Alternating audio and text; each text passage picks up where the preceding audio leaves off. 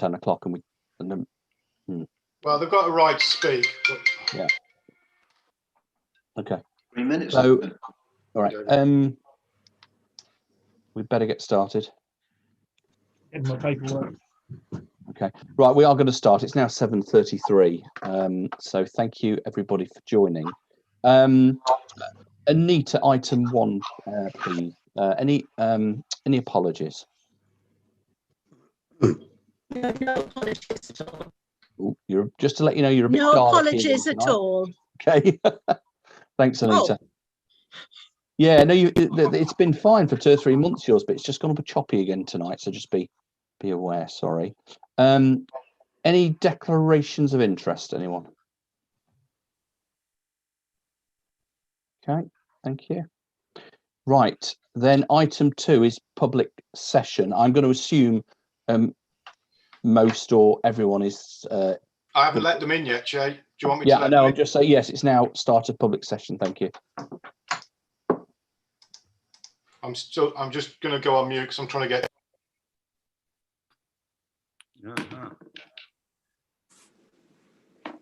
Good evening. Hello. Hey, hi. Good evening. A few more people joining. Be a lot, I would think.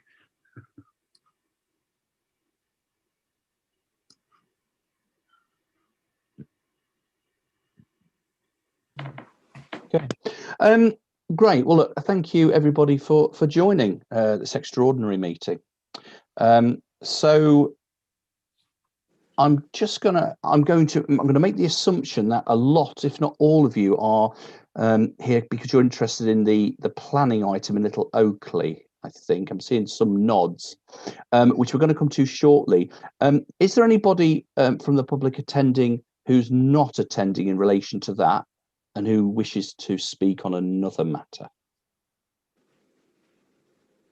I'm just going to wait for someone called James who's connecting.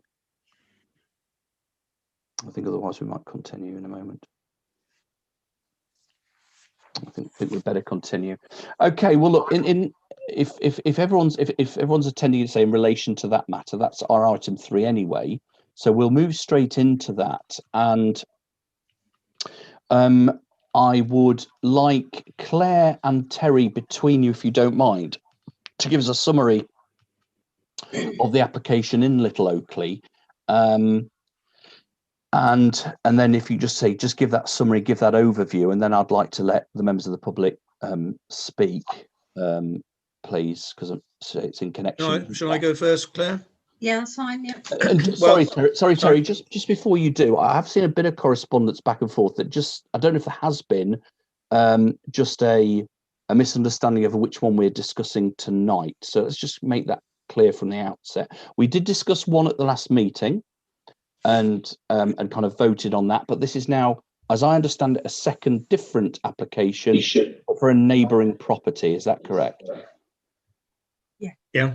Right. So I just want to make that clear to everybody on the call, councillors and residents alike. We've discussed and made our views known on the previous application, but we're now talking about one specific one that's on our agenda. So yes, Terry, please, if you lead.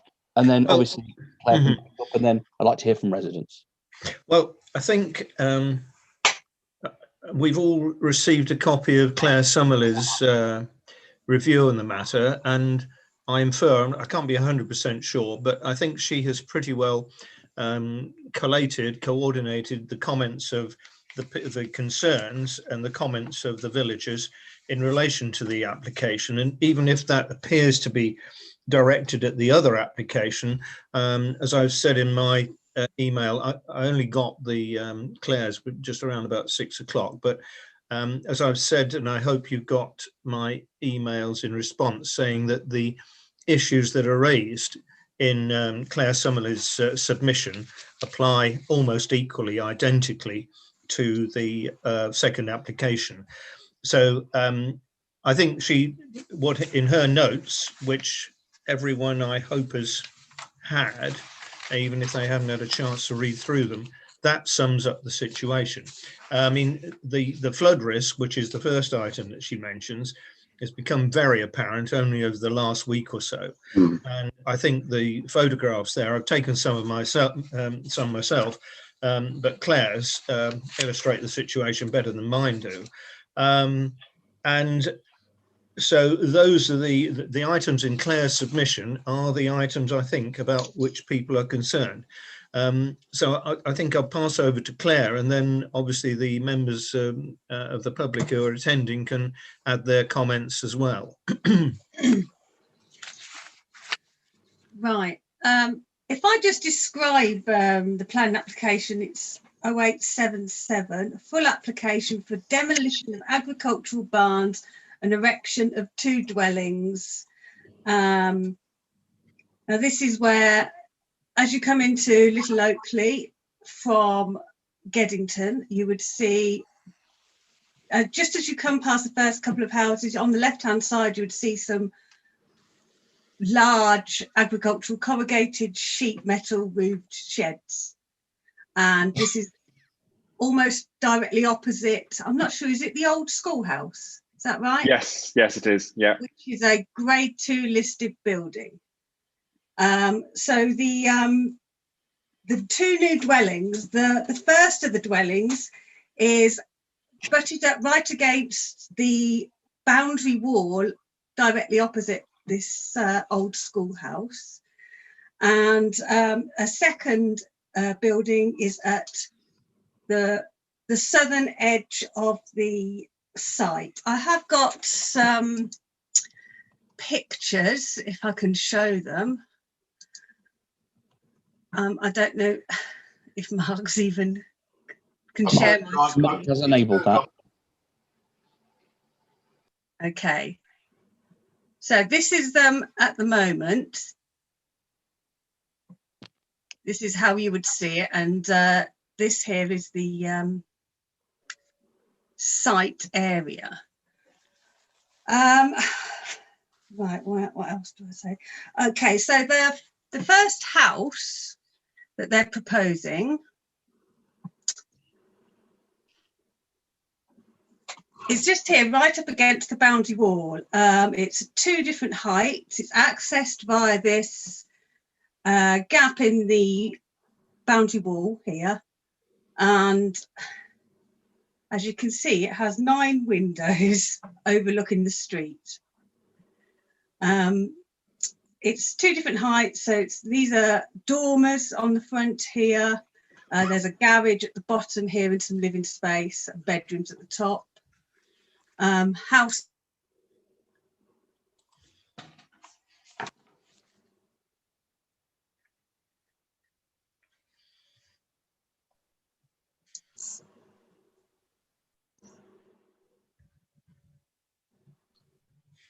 Can't hear you, Claire. Claire, you keep going on mute. I don't know why. Yes, she had. Sorry, I can't work this computer. Is right at the back. If you can see, it's difficult to show you. You mean it's between the house and what was going to be the carport of the other property we spoke about earlier? Yeah, that was going to go just here. Now, the whole area only allows for 4 car parking spaces, but part of this is a garage. They're talking about some sort of boundary treatment to the outside of it, but retaining the boundary wall at the front. The buildings will have black timber clad and slate roof, and built from, it says, local stone. I'm really not sure if there's anything more to say about that. Claire, am I right, Claire, in thinking that the one near the road mimics the one on the other side of the driveway through? So they'll look very similar. No, well, apart from the proposal on the other side has the section with a 1 pitched roof that's going to that No, I was proposes thinking the front black section along the timber. road. Sorry, I was thinking the front section along the road. it's going to have a slate roof and it will be stone and timber. I have to try and find you some pictures. Let's have a look at some pictures.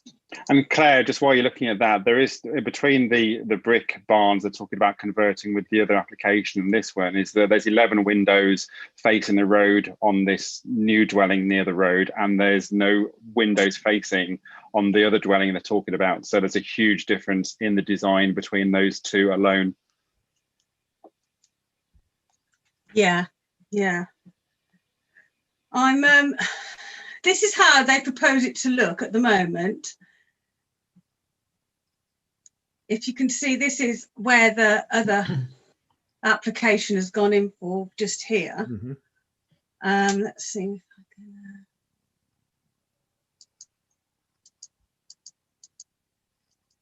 Yeah. So with the other, I can't get to them. So the street scene is completely changing, isn't it? Yeah. With the other, there's probably a little bit of smartening up, but the wall, as we know, is pretty much staying in situ. There's some changes around the back. We discussed that last time. This is completely different. At the moment, we're saying there's a barn there.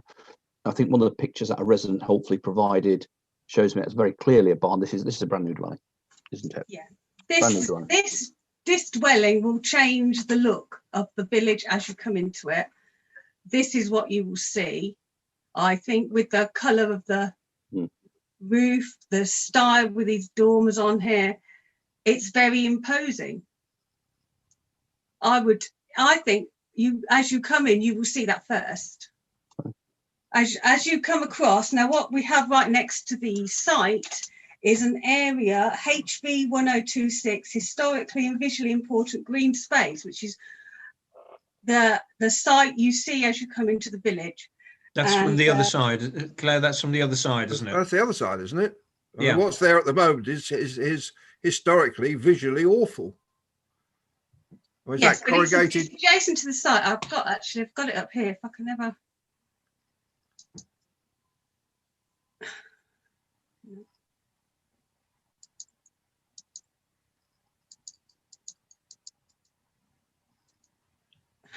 I can't show you it. I can't find it. So, okay,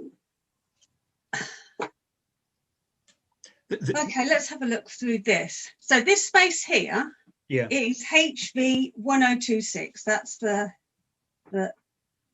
historically and visually important green space just here. Yeah. So as you come in, that is the green space you see right across to the agricultural barn area. And that is the view you have. Yeah. So let's go through this. That's it at present, isn't it? Yeah.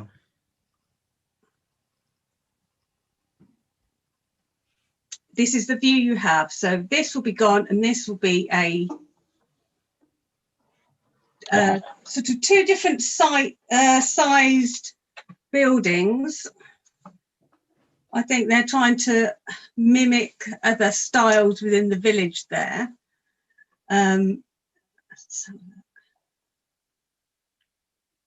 Which is generally what we hope for a new build, isn't it?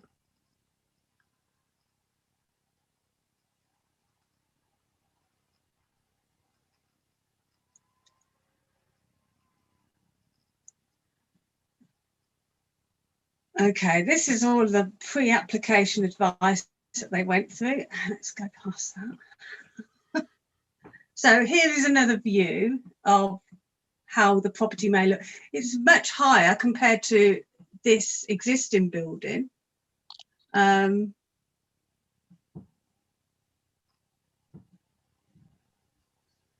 picture we just see. And this is what you might get. That's it. That's the one you need to see, yeah. Yeah. This is how it may look.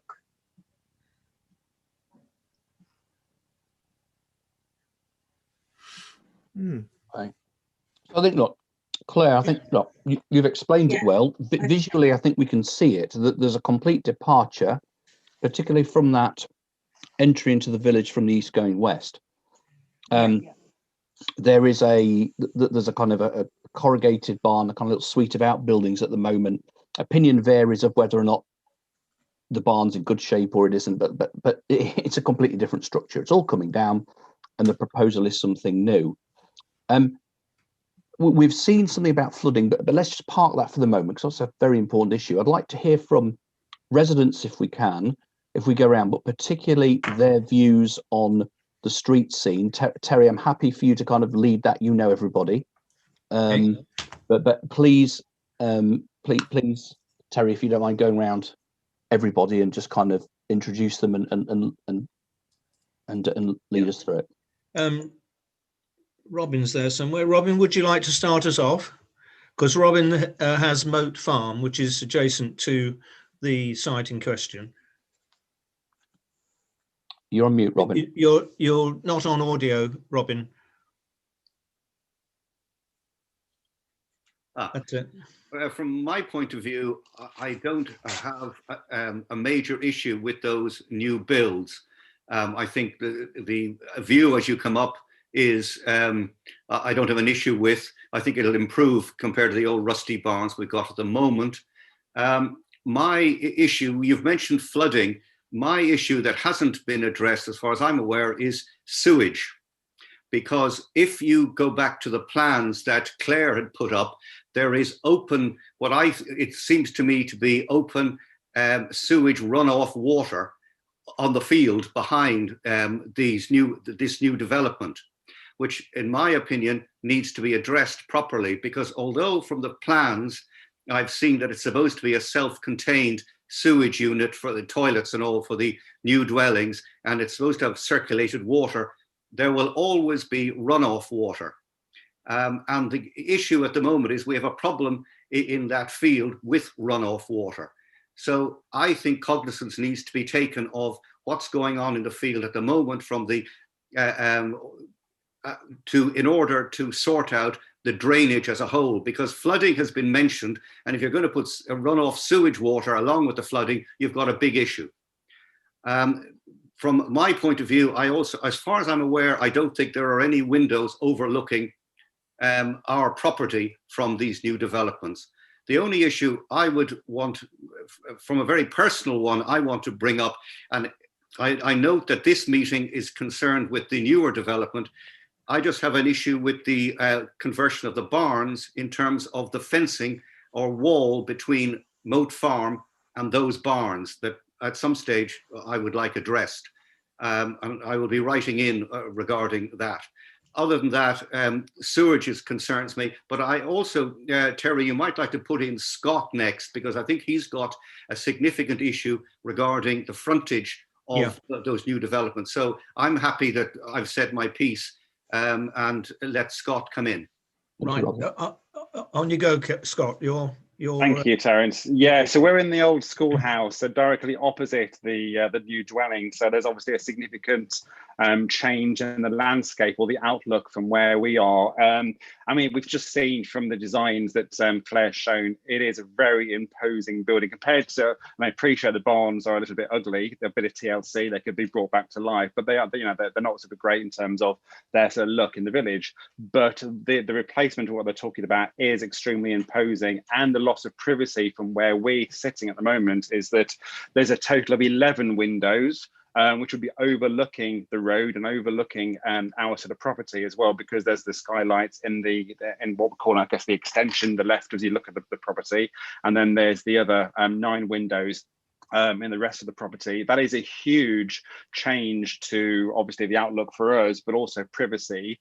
And this building stands out like a sore thumb. You know, we've got a beautiful village here in Little Oakley. This would be the thorn in the rose of Little Oakley as far as we're concerned, because this does not blend into the surroundings. You've got 2 huge dormer windows in black cladding, which there is nothing, if you know the village, and Terence, you know the village, there is nothing similar to that down here. That just is a way too modern building for something like this. I'm not opposed to enhancing the village. We need to do something, but this is just not the right design for what we need here. Obviously, it's going to change the visual amenity as well for the village. But yeah, our concern is about it's out of character. It's an imposing building. It's way too modern as well. And of course, what we need to consider here as well is that within our village is the increase in traffic. We look at all the three developments together, but even just the two we're talking about together. Today, there's 7 bedrooms, multiply that by an occupancy of 2, and the cars, that's a huge increase, plus visitors into the village, which also needs to be taken into consideration as well. So it's not just the concern about privacy for us, it's also thinking about the traffic and the impact that would also have as well with the traffic generation. So there's lots of concerns. We have written to the council today to submit all of our sort of comments that have gone through the planning portal as well. And of course, supporting what Robin and everybody else has said, the flooding is a huge issue. We have massive issues here from Boughton Estates, and this also floods into the road and into the fields opposite as well. So, you know, that at minimum has to be sorted from where we're sitting before any consideration from what we would be approving to move forward. So you've got to prove you fix the flooding issue before they start to build on land, because all you're doing is adding to an already existing issue. Thank you, Terence. That's it. Yeah, thank you, Scott. Russell and Anne have got a lot of most personal knowledge of the people attending, of the flooding aspect. So could I leave them to round off that when we get on to flooding later on, and ask James to come in at this point with his comments? Sorry, Terry, that makes absolute sense, because I think the flooding, dare I say it, is pretty much a pièce de résistance, and your resident Claire has sent some excellent photographs, and I think it speaks for itself, if I dare say it. But yeah, I'd like to hear from Russell and Anna on that as well. But good idea if we could hear from James if he wishes to speak. James, your microphone switched off. What do you want us to say? Hello there.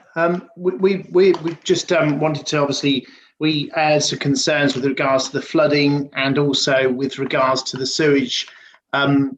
Our current property is on a line with 2 other properties which share a septic tank, which is not in the greatest of conditions, and that is affected annually when it floods, also washing the sewage water further down into the brook at the bottom. We were just interested to understand how the sewage was going to be dealt with for the new development, which I believe is by an individual pumping package for each property anyway. Well, certainly not all properties are pumped, but is there anything else you want to add, James, before we ask Neil to Russell's? Neil's down under Russell here. Sorry, Neil. Is there anything else you'd like to say, James? Nothing further from me, Terence. No, that's fine. Thank you. Thank you, Neil. Could we ask you to join us and let us know what's going on, and also whether there have been any developments about that supposed investigation over the Harpers Brook catchment area, the flooding area? Your microphone's not on at the moment, Neil. Yeah. Okay then. Yeah.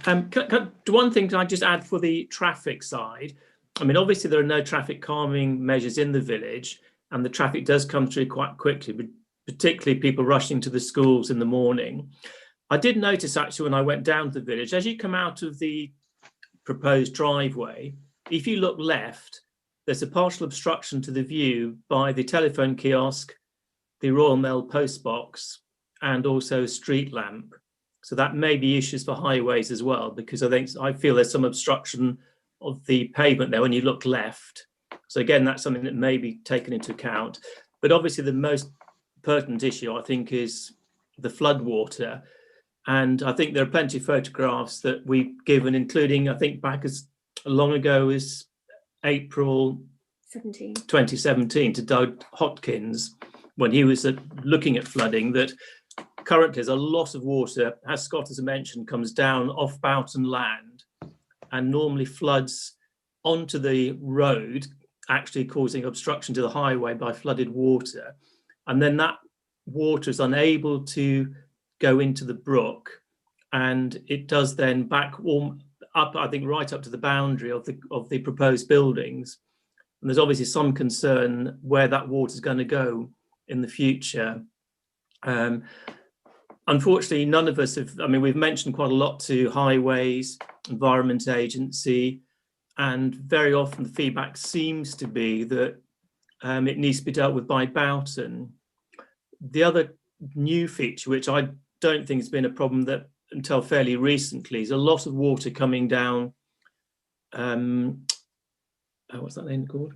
Featherbed, from Featherbed, which now seems to come down into the village as well. Again, I don't know whether that land is Boughton's as well, but there seems to be a problem now of land coming directly down by the old schoolhouse, and also coming down from the Stannion end of the Corby or Stamford Road, Corby Road, whatever you call it, coming down there. But I think, unfortunately, when we have spoken to the Harper's Brook, the only way you can really control water is having some sort of holding tank, and looking at the amount of water coming off Boughton land by the side of the old schoolhouse, across the road, then down into the brook, that's where something needs to be done. And by all accounts, because it, as I understand it, it's Boughton's land, that Boughton should be held responsible. Neil, have we heard anything more from Harper's Brook, the people who are looking into that? No, I haven't heard anything more. And I think, unfortunately, because of COVID, I think that, as far as I'm aware, as I said in my email, I'm not aware of any other meetings since July. This was something that the reference to Boughton, of course, is that the land to the north of the road, in other words, away from the brook, that brings down flooding, and that floods the houses and the properties from the north, whereas the brook is coming up from the south. And obviously the water coming down the road and from the north, which is Boughton's land, has somewhere to go. And if the river's flooded, the brook's flooded, then it's got nowhere to go. And I think it's fair to say that that problem has got worse since they put the new Southern District, the new A43 road in there. And I think, I'm speaking from memory now, but I think that Boughton at one point, or someone acknowledged that the new road had affected it, because some of the road that would have gone down the other side, if you like, of the embankment, for want of a better word, is now coming down into the village. So we've got flooding from both sides. And so far as the sewage aspect is concerned, the sewage eventually goes into the brook through some sort of septic tank or cesspit situation, but that's where it all ends up. And I don't see how that can be overcome. I expect that they'll have to have those macerate, I can't remember what they're called now, but they're mini sewage systems on each of the properties to make the effluent passable, but that's where it's going to go. It's going to go into Harper's Brook, which, as we know, it's very clear, floods. So you've got potentially fewer sewage coming up into the fields. And as the things stand at the moment, with the present system of drainage into the brook, that is exactly what happens, because the sewage has to go into the brook directly or indirectly. And if it can't go into the brook, it's got to come into the fields or somewhere else. It just hasn't got anywhere to go. And a few years ago at the other end of the village, we literally had sewage coming up in the road near to the church because the sewage from the properties could not get into the brook, and therefore it was coming out of the manholes, or whatever you call them, in the road. And that's the situation that is likely to happen here. I don't know, but Robin can probably tell us whether the sewage actually already comes out of those systems. I have no doubt that there is sewage water runoff, and there's no solids I've ever seen, nor does it smell. But if you go behind the proposed building site into the field, and it's directly behind the barns, you will find now and throughout the summer, there'll be, you have to walk in Wellington boots to an area where there is open water, and it's rather fertile because there's a lot of grass grows there very nicely, and the cattle mill around in it. But nevertheless, it never dries. No, as I say, there is no mains sewage. No. So it has to go in the brook or the field or overflow or a But combination. there isn't even pipes. There appears not to be pipes taking it into the brook. So it actually just seeps through the field to the brook. I didn't realise it was that bad. Yeah. I think they call that do they not call that a soak away? Because that's what we've got on our septic tank. Yes. Is that the solids remain and then the water goes off down the garden. So, but all the solids are kept in the septic A tank. soak away is not supposed to be on the surface. No, it's not meant to be on the surface. But can I just say, going back to the plans for the for those houses, there does seem to be a drain that runs from those houses into the ditch that then goes into Harper's Brook. And that ditch runs down the side of number 20. That ditch isn't very deep and it quite often overflows. But there does seem to be like a runoff pipe that comes from those houses towards that ditch and then will go into the brook. And that ditch is not, I think it's actually been made a bit deeper now because Debbie and Pete, who have number 20, have flooded. I think they've flooded twice so far in the last few years since they've moved in. But they haven't been there very long, have they? And it was flooded. We know it's flooded before they moved in, and don't we? Because we got photographs of that. We have, yes. But also the other thing is the septic tank is actually literally just the other side of where this ditch is. Yeah. And with all that water that goes along, it must go into that septic tank there. And that's but you then face the same problem that the waters that's flooding number 20 is coming down the road and through the garden of number 20, and then it just meets up with the water coming the other way from Harper's Brook. Well, yes, it comes up our garden and it was very bad this time. So it must have been at least, it was over the fence at the bottom of the garden. So it must have been at least 3 feet deep at the bottom of the garden, I think. So I think we're all concerned that we're not aware of any proposal to ameliorate or overcome these problems. No. And I think some of those photos actually showed that the flooding had actually gone into the barns. I can't remember whether not into the barns. No. It was into the barns in the 17 ones I think that I'd sent. Okay, folks, I do need to move us along. Terry, what I propose to do is I need to hear from councillors. So what I'm going to do is I'm just going to quickly try and project the photographs within Claire's document so councillors and everybody can just see those.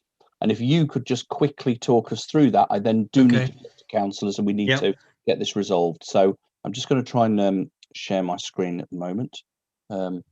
Just bear with me a second, please. Hopefully you can see that. Right. Can you bring flooding number 20? That's I'm sorry, Terry. I'm just going to go to the top. And again, sorry, everybody. Your opinions are valid, but I'd just like to hear from Terry, if you don't mind, just to expedite matters. So, sorry, so Terry, I'm just going to go to the top of. Here's the first photograph. Right now, I'm not exactly sure where that's from. Is that the upstairs of number 20, Neil? No, that's from our house, number 21. Sorry, Neil. Yeah. That's so that's the window. Yeah, that's from our bedroom window. That's looking across towards the brook, and you can hardly see the brook because it's just one big lake there. Okay, and Terry, sorry, if you could help me in relation to the proposed development. Okay, right. Is some of this water behind it, to the side of it? Or? Right. You see, to the right-hand side of the picture, where the water comes out, that is adjacent to or possibly even on the site itself. Fine. So the brook is on the left-hand side and flowing. I can't point it out, but we have a bridge there. So yes, I understood. Yeah. So we're looking diagonally across. So the brook is at the left-hand side, and the area at the right-hand side is either the site or very close to the site itself. Fine. I'm just going to go down to the next. So again, this again looks. Is this from yours again, Neil? Yeah. Yes, it is. Yeah. So again, this is looking straight from number 21 towards the brook, and on the right-hand side again, you can see an area there flooding over to the site. The actual site of the development is just out of sight on the right-hand side of that picture. We've got another one. We are going to get to a couple of very meaty ones. Well, this is more or less from the road, the main road. We're on the far side of the main road, so you can see the whole of the road is flooded, and that's looking across the field. And the site we're concerned about is on the right-hand side of that, towards beyond the fence there. Yeah, it's literally just to the right as we look at it. Yes. That's Scott's garden. Scott's garden. Oh yes, so this is the garden on the opposite side of the road from the site itself. So the building that's being overlooked, the old schoolhouse, that is now looking from the old schoolhouse across the road to the site concerned. Almost directly opposite. Thank you. Yeah, and this is, I think, a little bit further up, away from the centre of the village. Yeah, there we go. That's a good one. Yeah, I'm just, again, Terry, conscious of time, and believe me, residents. Okay, well, you can see there then. That I think is almost a coup de grace, isn't it? Because though we can see those barns clearly, and that I think we'll get a closer picture. That water's practically lapping at the walls, isn't it? Exactly. Yeah.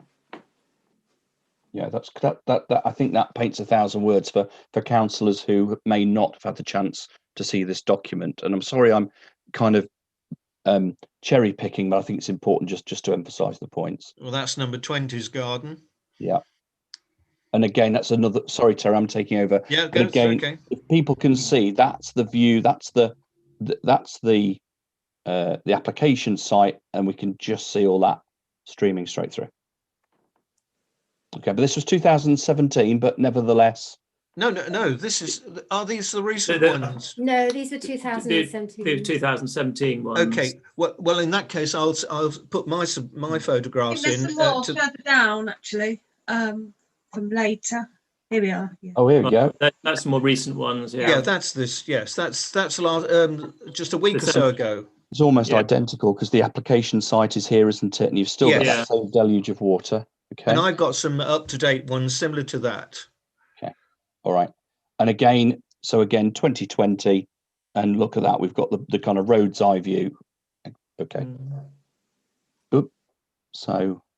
Oh, so if you go back to that one up a little bit, if you go, so down a bit, sorry, down a bit. Next one. That one. Yeah, that's I think where the water, that looks like the water coming off Boughton's land by old schoolhouse. Yes. Okay. With such a force. And that's where it comes. It is. Yeah, so it is. Yeah, that's water coming down the hill from Boughton. Because the drain under the road just cannot cope. Yeah. Okay. Fine. And look, there's a close up there. Yeah. Okay. So that's the water coming down the hill onto the site, and then it's coming up the hill from the brook. Okay. Okay. Thank you very much. And then just another view there where it's obviously dried out a little bit more. I'm not sure how much more you're trying to prove with all the photographs. I find it quite convincing, and I think we should move on to the discussion. Yes, I'm just about to, David. Don't worry. So, all right, let's hear from councillors then. Anyone want to raise a hand to speak? Well, David, you keen? Go on. Yeah, it seems to me there's two big issues. One is quite clearly the flooding. I don't think there's any question about that. And given the amount of flooding we already have around the villages, that has to be a major priority. The second thing is it seems to me there doesn't seem to be an extraordinary objection to actually the redevelopment, but I don't understand the black roof. I mean, that is a very stark roof on what is a very mellow village. And that seems to me an extraordinary development under any circumstances. I'm not sure about the issue on windows, and I'm not sure I'm in a position, given that I have 12 windows that overlook the road. I'm not really sure I'm in any position to comment on that. But it does seem to me that certainly that roof proposal is completely out of any sympathy with what exists at the moment. It's a mellow stone village, and that's how it should continue. But I don't think that the objection to the principle of replacing those awful barns is my concern. It's the way it's done. Peter, John, Claire, Terry. Peter. Go, Peter. Your microphone's off, Peter. Thank you. Yeah, I was keeping it off till the last minute. Okay, there are a number of aspects that have been raised by residents. There are some, I think, that are unarguable, particularly the overlooking of the schoolhouse from the very, very large dormer windows that are at the front of the property, which do not mirror anything else in that area, and they're exceptionally large for front-facing windows. Irrespective of the number of the windows that are there, those particular ones, and when Claire was showing the computer-generated street view, they're very imposing windows. So that's something I think is a valid planning objection. There's been talk about the traffic. I would strongly suggest that one of the major causes of traffic issues within Little Oakley is actually being used as a cut through rather than additional traffic from two comparatively small areas of development. But that is a valid issue. They will create some level of increase. There's been a lot of discussion about sewage discharge from septic tanks and sewage going into the river, and no current acceptable system of sewage treatment using septic tanks or the should we say the newer equivalent septic tanks allows solid discharge. All that's allowed is water overflow. One of the residents was talking about the overflow into the ditch down by the side of their property. That's from granular attenuation pits, and there is a limiter on that of 2 litres per second. So it actually restricts the amount of free water flow from that site. There is a 57-page flood assessment, which obviously takes a lot of reading, but it does address the surface water issues.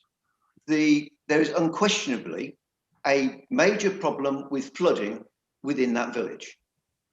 The problem is not created by nor accentuated by the development. The runoff of water from the Boughton Estates land has been a problem that's been brought to council in the past. There have been suggestions that we should be getting more involved with the Harper's Brook issue. It hasn't been moved on satisfactorily, but with the greatest respect to what everybody felt they were seeing with those photographs, if you look through those photographs, every one of them was showing extensive flooding outside of the schoolhouse and in their garden, outside 20 and 21, but the flooding only went up to the gate, which was this side of the development site. It didn't go into the development site. So the fact that this would be built on land that is not flooding would not create any more flooding, because the SUDS compliant drainage system on there does state that there will be no increase in surface water drainage. So I don't mean to trivialize in any way the issues of flooding. It's horrific, the level of flooding that happens within that village. Something needs to be done about it. I totally concur, but I see it as largely irrelevant to this particular application, because this application does not create any additional flooding problems, and it is not affected by the flooding problems. So they're my main points. As unpopular as they may sound or may be for some of the residents, but the issue is not, as far as I'm concerned, the issue of drainage and flooding is not directly attributable to the sort of development that would be happening here, and I can't see any way that this particular development would exacerbate it. Thank you. Okay, does Terry or any councillor want to come back on that particular point? Terry, you're on mute. Yeah, Peter, I understand what you're saying, but the fact that there'll be 3 more dwellings on the site means that there'll be 3 more households' water using their washing machines and toilets and all the rest of it. So although it could be argued that the surface water wouldn't be affected too much because most of the area is already concrete, you can't ignore, I would suggest, the fact that you've got 3 households using toilets, baths, showers, washing machines, and so on. So that is going to add to the overall water going onto the site, and obviously having to drain away somewhere. I think what can't be in dispute with any of us is that it seems to run dangerously close, and and we might get a bird's eye view of where that water's going, and Peter may well be right that it actually circumvents the actual application site. It might well be, but we don't know what's going on underground. And there could be a suggestion that building something so close, the foundations or something could be flooded in no time. I don't know, but I don't think there's been any kind of flood report appended to this application, and that if there hasn't, that's the concerning factor. John. That's exactly what I was going to say. I mean, I'm certainly not a flooding expert. I'm not an engineer of any kind, but I do have concerns around flooding in that village and in our village. And because of that, and the proposed development on this site, which is close at the very least to a flooding site, a flooding incident, I think we would need to have, we would certainly need for our satisfaction to have some kind of flood impact assessment, and we would ask the Borough Council to ensure that happens. I do have concerns around the drainage of sewage, and I get what David's saying about the black roof as well, and I find that out of character to the village. So I have those concerns. Okay. Peter, come back. If I could just come back on that, there is a 57-page flood assessment as part of this submission. And if I can just share the screen for a moment.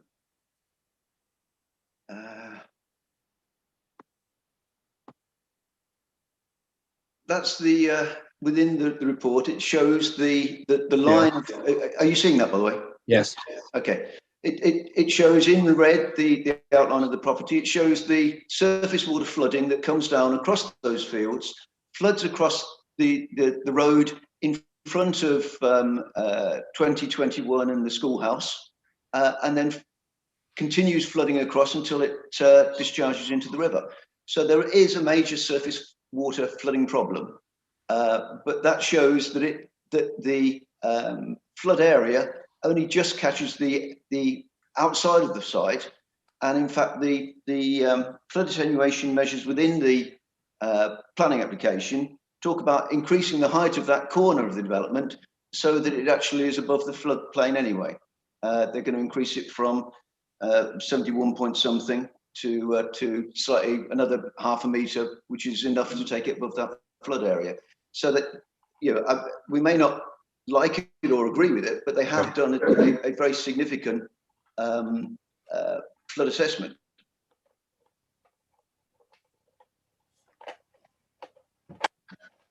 Claire, do you have any thoughts?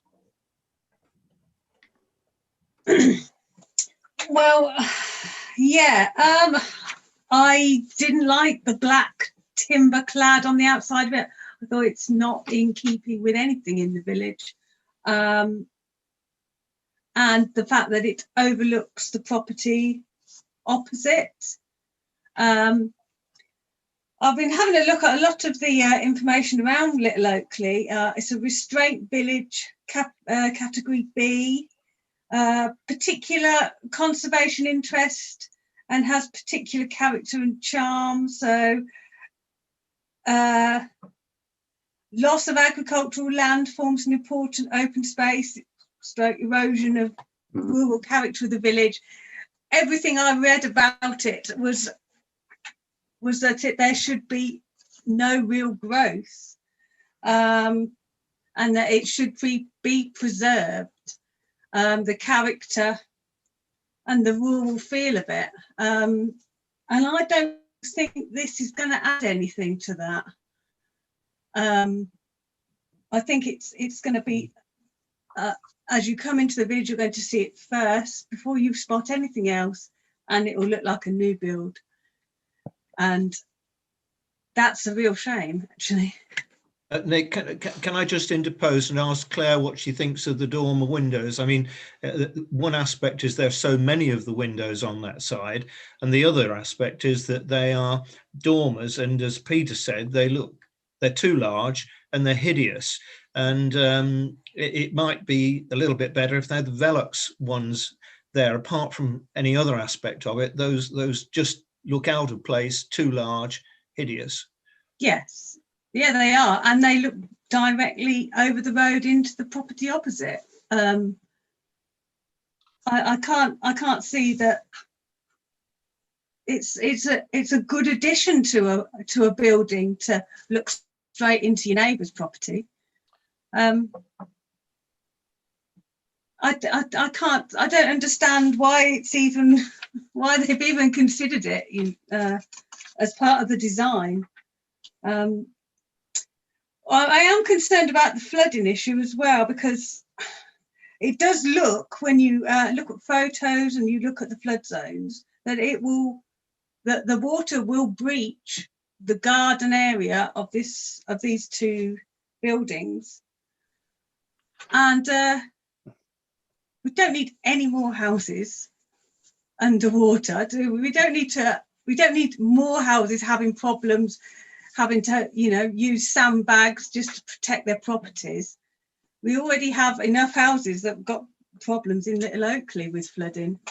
We do need to draw this sorry, Claire, we do need to draw this to a close. But I think we're getting the point. I just want to flag up something that one of the residents said, which none of us councillors have mentioned, and that is with the addition of the second this development we're talking about, that vehicle entrance exit is almost blind on that corner. Now that's okay. If you take the first proposal that we talked about 2 weeks ago, that's kind of fine because that's already there. That wall is there. And when you come out and go left, you can see right. If this development were to go ahead and you're in one of those houses coming out of there, you can't see right, which is exactly where the cars are going to come and hit you. And I personally think there is an objection on that basis as well, and highways will need to examine that. I agree they need to examine it, but they do share the same access and egress. That gap in the stone wall that we considered under the previous planning application is exactly the same gap in the wall that's being used by the new properties. It is, but then to some extent, that barn, the current barn and the building, you can see through and see round to an extent. This development is now saying, well, no, we're going to put a great big building there in the way. So I think our deliberations were correct 2 or 3 weeks ago. I think now this is an added factor, which I agree. I didn't mean to suggest that it isn't a highways issue. No. Okay. We need a proposal. Somebody like to. I'd just like to finish by saying we seem to be slightly at odds on the floods.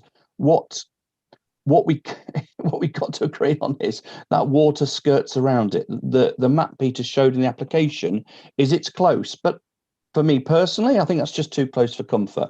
I was out on the 23rd, and when I compare a map just for Geddington, exactly the same source that Peter showed from that flood assessment, yes, the water generally followed where the dark blue and the light blue was, but it also stepped outside of that.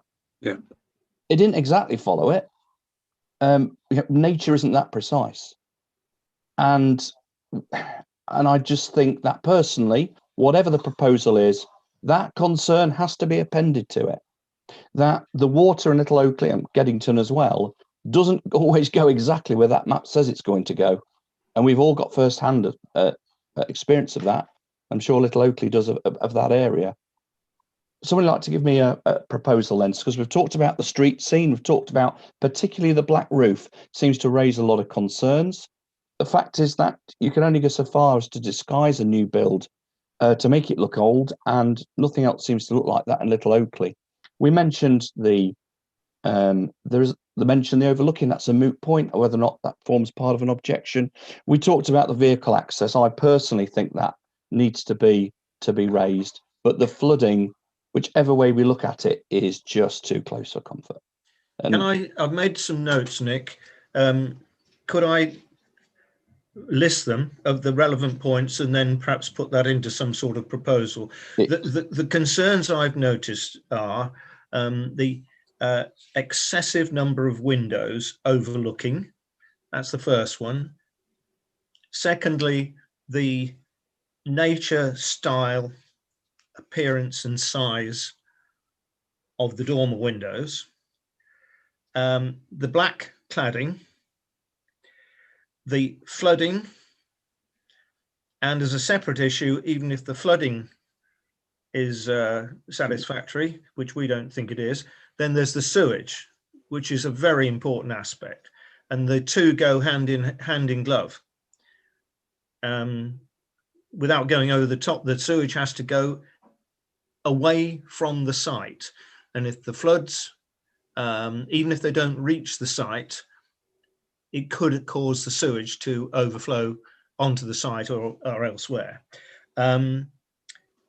There's been the issue of overdevelopment of the site in view of the nature of the village. There's a visibility display aspect, and the in addition to the existing flooding thing, there's the aspect of new foundations probably going lower than the foundations for the barns, which might also exacerbate the flooding problem. I don't know whether anybody's got anything to add on that. I think that's a really good summary. Go on. No, go on. Sorry, John, go on. Well, I would have thought that those are concerns that add up to an objection, so that we object on that basis. That's what I propose anyway. I'll make a proposal. I can't remember. Did we mention that it being, the impact on the grade 2 listed building opposite and the historically and visually important green space adjacent to it? I think they're important. I think Terry alluded to it, but yeah, if you want to add that, John, to your proposal, then yeah, I'm happy to take that amendment, and I'll second that. Okay, I understand that proposal. There might be a number of things in there that we may feel are less weighty, but the point is that I'm sure most of us has a view that at least one of those forms an objection. We could be here all night refining it. I think we should vote on that. So you've heard the proposal, which was the list that Terry gave, the reasons why we object to this proposal, and the one that Claire added. All those in favour of that proposal to object to this application? Thank you very much. All those against that proposal? And all those abstaining? Thank you, Mark.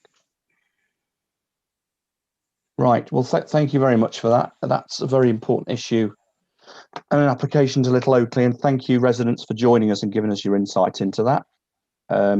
Sorry if that was a little bit belaboured, but we know how important it is to you. So thank you very much. Hopefully you have, it sounds like, I think you have the result that you're after. Obviously, this is just our view. We are a consultee, the same as yourselves. And as one or two of you said, please, if you're a consultee or nearby, send your representations to planning as well.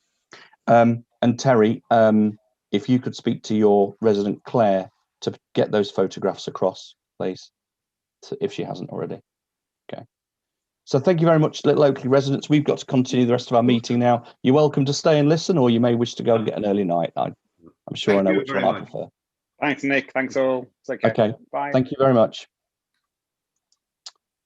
Just residents a minute or so to ring off.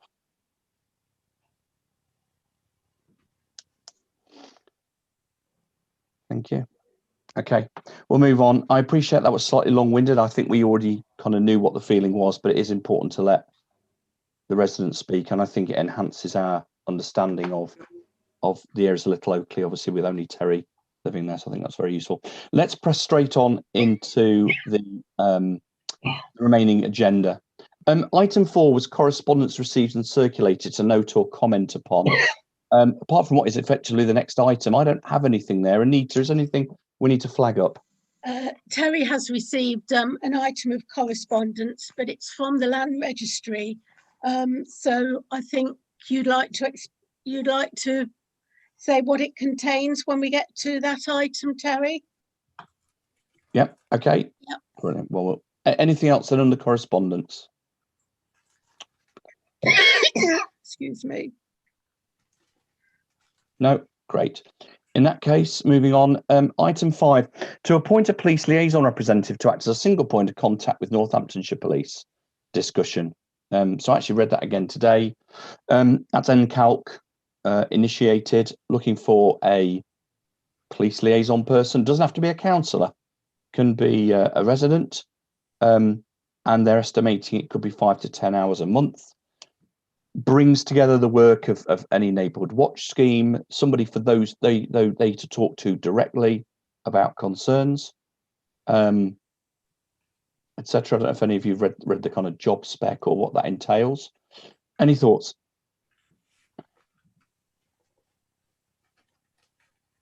Oh, anybody desperate to undertake that job then? So just to clarify, I was responding to your previous thing about any thoughts rather than saying I was desperate to take it on. So I just want to clarify that before I even start speaking. It seems to be very well supported. It's the sort of the sponsoring bodies seem to be saying this is the way to go to get this level of interaction, to get this level of feedback, to get this level of visibility. So it does seem like if it is implemented the way that they're talking about it, does seem like it's a very worthwhile issue. But it is, from their own definition, as you say, it is quite a. They see it being a more significant task than I would have thought that it would have been based upon the level of activity that there is. But they do seem to feel it's going to take a number of hours a month. So I think whoever takes it on should recognise, yes, there is the importance to it, but there's also the demand on time.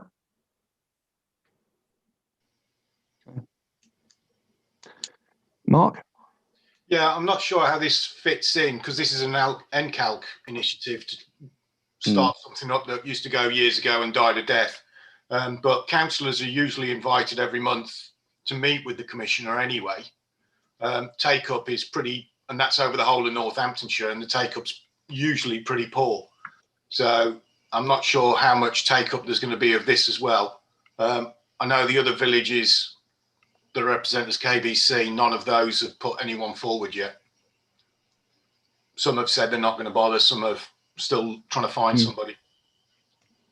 I guess from my perspective, thinking about it, it comes around circular that there are concerns about crime, particularly about vehicle crime. And we have, we've tried to get Neighbourhood Watch up and going, but we've heard very little about that. And again, periodically there might be an incident or issue, drug dealers in the car park or guns being flashed on New Road. For me, if you've got the right person and they will deal with local rural policing team, then great. But again, I wouldn't want to ask any of the councillor here to undertake even more than we already are with a reduced volume.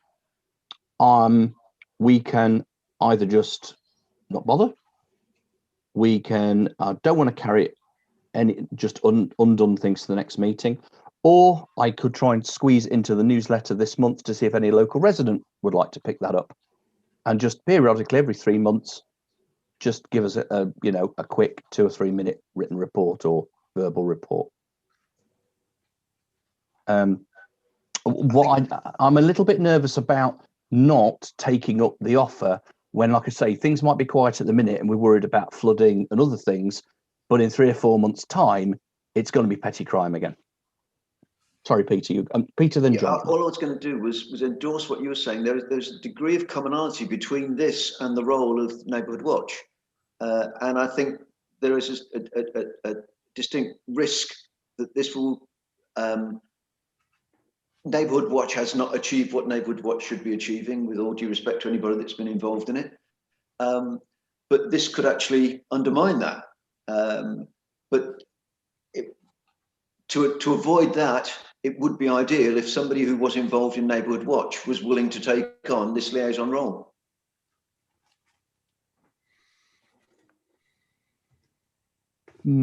John? Yeah, I'm aware that we often have concerns that we haven't had regular reports from the police from that point of view. And here we're offered an opportunity to liaise and raise our concerns in a different way. But it would seem unfortunate if we didn't take up the offer, as we have those concerns around policing within the village from time to time and wanting to have reports. I'm just conscious that a lot of you are doing a lot of things, and I do strongly believe that you know, this is the kind of thing that's not important at the minute because we've all got wet boots, but it's going to be, and unfortunately, it's going to be something that one of us will end up picking up by default if we're not careful. So look, it's not at all. I can put it out to the village, to residents. Sometimes it's been, you know, very good. I mean, look at just what, you know, Bill Berry once a year very kindly just gets into that pond, deals with it, tells us what's going on to the next. Adrian Folk's still doing stuff, which is great. I don't know. Does anybody feel strongly either way? I could just go on Facebook or try and squeeze it into the newsletter, or are we just going to let it go? I don't think there's any. Sorry, John. I don't think there's any harm in putting it in the newsletter. So far as Peter's comments are concerned about someone who's on Neighbourhood Watch, I think that very much depends on the person concerned, because some are active and some do absolutely nothing.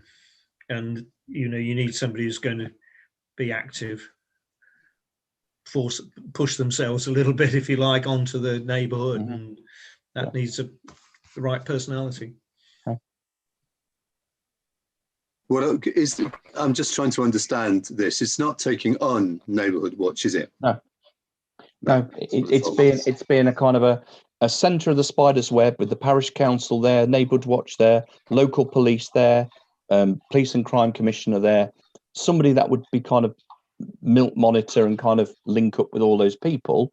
They wouldn't sit behind a bank of monitors at all, but they would effectively be the kind of link. But the bit I picked up on is that the way they phrased it is they would be the ones that local police would kind of let know what's going on. That's interesting. And for me, but this is just my view, we have enough retired police officers in the village who might be able to make a fantastic go of that job, because they know the language, they know what people will be interested in, what they won't, they know how to advise people to report crime and what's piffle. And it's just my thought that nobody on this council necessarily, despite all our skill sets and experience and enthusiasm, possibly don't have that. Whereas there's a lot of retired coppers in this village. That's a good idea. If we don't get a take up, I'm happy to take it on. But I think that would be the best move. What your suggestion is. Okay. And again, it's not much point me whining in the newsletter every 3 months that we're really busy, we're doing an awful lot, and will you come and join us, and not trying to gently palm off some of the work to a suitable resident. No, especially if you couch it in the terms that you've just used there, which is looking for, you know, somebody with an existing skill set that's ideally suited for doing that sort of thing. Yeah. Okay. All right. Fantastic. Thank you. I'll do that. Right. Item 6, parish plan, the post office. I put it on there. I'm working through the parish plans, looking at what we have addressed, what we haven't addressed. Flooding, there's obviously concerns that we need to address. The post office is there, and I want to know, I'd like to know what we have done, what we can do, or if there's anything that we can do. What I'm particularly concerned about is whether we should be approaching the post office itself in terms of the post office license, or whatever it's called. Is that at risk? Because we would really wish to retain that. That's an interesting point. So Mark, then Peter, please. Yeah, I know the post office haven't been able to speak to Pat since February last year. So it's 12 months. They've not been able to speak. So, and it's in his name. So there's not a lot. I don't think we can take it off him. The post office itself, I know Bounton have been trying to get hold of him and speak to him. If they wanted to go down the eviction route, because he's not in there, they can't do that until at least April this year, because you're not allowed to evict anyone from a commercial premises. So we're kind of stuck in that until Bounton can do anything, or Pat surfaces and decides to do something, we're stuck. We can't do anything. We're not legally empowered. He's protected by law. So, putting the legal stuff aside for a moment, Mark, has anybody actually seen him? Do we know what state he's in? I saw him 5 months ago when we had to call the police out for the second time to smash his door in because he wasn't responding to anybody. He was fine. I saw him the week after that in Cafe Oak Garden one evening and spoke to him. He was fine. He was still adamant that he was waiting for test results and various other things, but no one's seen him for a while. His car's now had its number plate, front number plate stolen. I don't think that's been reported to the police, and his car's no longer insured, taxed or MOT'd, and that's half on the public highway. So make of that as you will, as to whether we're going to see the post office open again. Okay. Sorry, Pete. It was Peter next. Peter, please. Yeah, I mean, it was the 12th of May that it was last, or it first closed, and then it was open over the following weekend. So it's been 9 months without any service from a post office or a stores. As Mark had also been talking about there, and you may all recall, we did contact Rachel in her position as estate manager, and the response that we had there was that there were commercially sensitive and confidential issues between Bounton and Pat, and that it was not something that could be put out even into our sphere of knowledge, let alone the public domain. Since they've now got a new estate manager, as we saw in the email that came around a couple of weeks ago, it may well be worthwhile raising that as a new issue for her to feed back to us, because she will obviously inherited the files from Rachel, but won't necessarily know the depth of feeling that we have been expressing within the village of the importance of that facility to the village, and our concern that by simple attrition it's going to vanish. We don't have a legal position that we can intercede, but we can be asking to be kept up to date. As I say, if there have been any developments, then we should be asking Bounton again to give us the latest position, as they're aware of it and as they feel they can share. Go on, Terry. Do we happen to know whether he's continuing to pay the rent? And even if he is, I suppose he'd be in breach of the terms of the lease anyhow, so far as Bounton are concerned. We don't have a specific statement, but Rachel had said that they were, and she put this in writing, that they were getting solicitors involved, trying to address the situation. Right. Read into that whatever you will. Just a minute.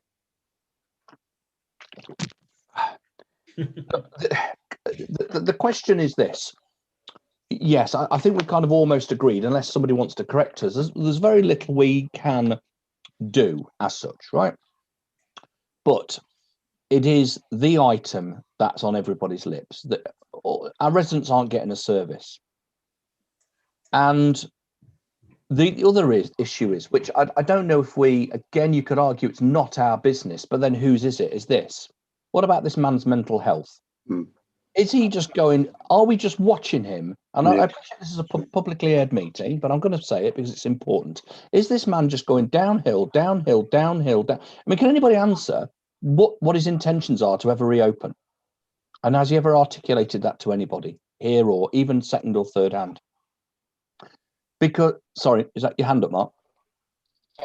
Yeah, like I said, the last time I saw him, which was a while ago, he said once he's cleared for his health-wise, he's cleared, he will reopen. But that was, I'm going to open within a few weeks, and that was months ago. And the same note has been in the door front since July, saying that still waiting results of tests. Yeah. He hasn't even changed the note for 6 months. Okay, Claire. I understand that Sharon, who used to do the post office service, has another job. So that probably tells you everything. I'm going to. Sorry, somebody going to speak. I was simply going to make a proposal that, because of the delicate nature of it, at least one thing that we can do is to ask Boughton Estates for an update on the current position, as they're aware of it and as they feel they can share it with us.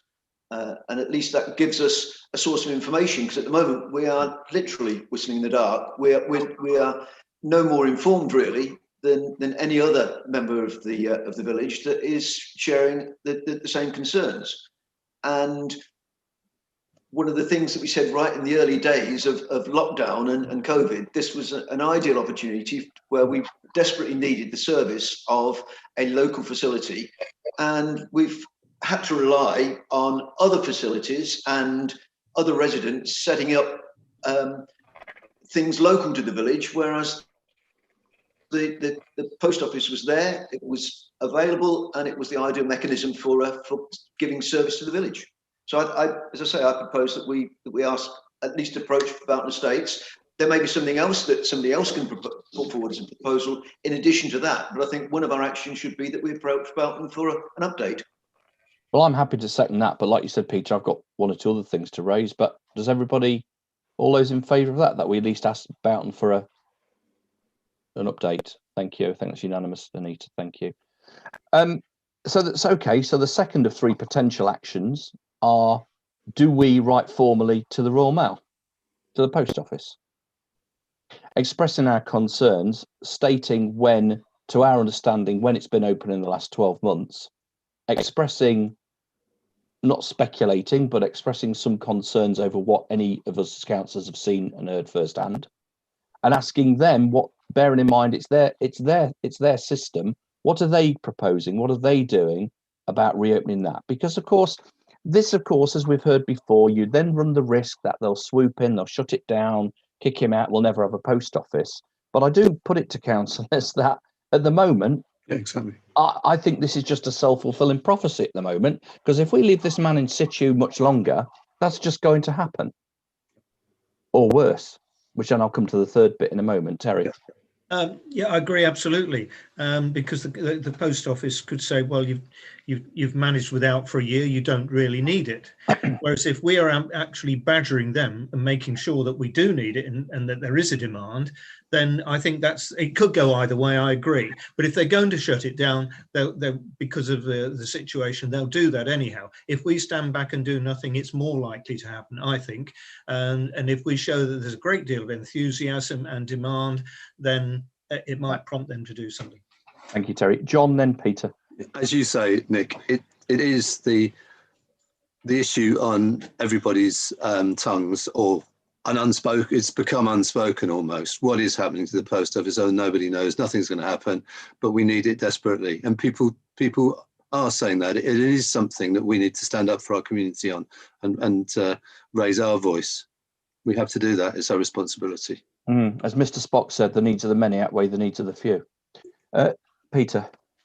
The last time I checked on the post office website, it still showed that it was closed, and it had the generic statement on there that with the current restrictions, we are keeping as many open as long as possible.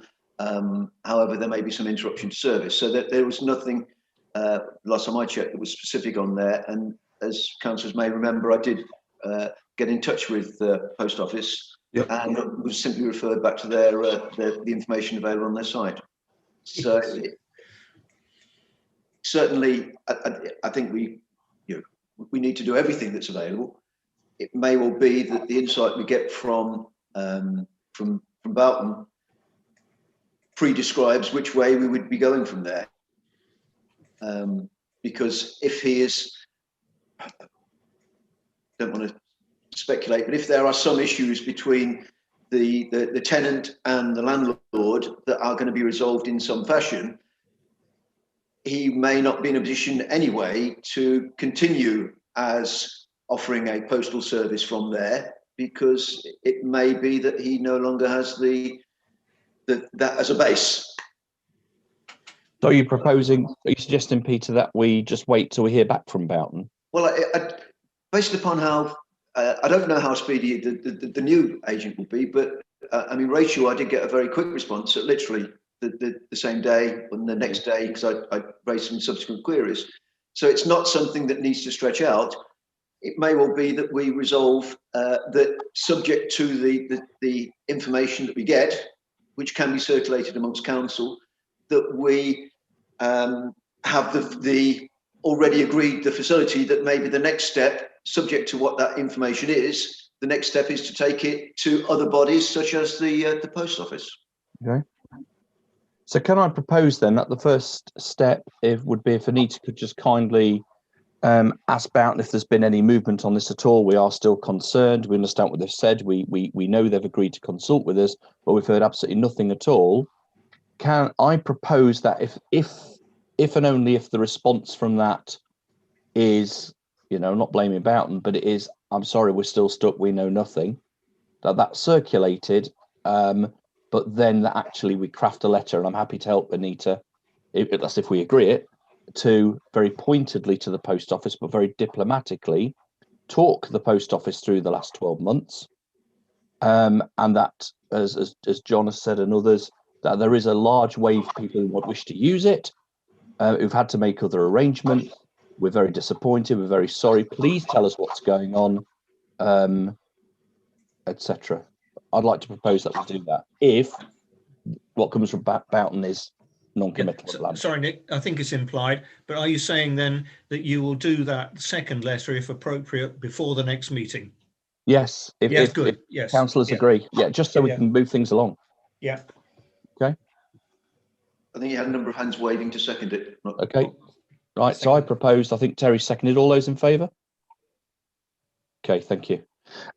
Thirdly, and I don't want this to drag, I'm sorry, but I've just alluded to this, and that is, and we now really are stepping out of our briefs, but we are community leaders, and that is this man's mental health. You could argue that this is not our problem, but what are we going to do when something really bad happens one day? Because apart from Mark seeing him in snatches and somebody here, and he said this and he said that, but at the moment we've got a guy holed up in his place, allegedly waiting for some health test results. We know the police have had to smash his doors down a couple of times. There's a car outside with no number plate on. And I'm not telling him how to run his business, and I appreciate Sharon has moved on, but if he is ill and he wished for assistance, if he was in the right state of mind, he could have asked for it, advertised, or done something. I am worried, and I'm equally worried as a councillor, that there are all the signs that something is not right. And at the moment, nobody's looking anywhere except slightly at us. Mark, sorry.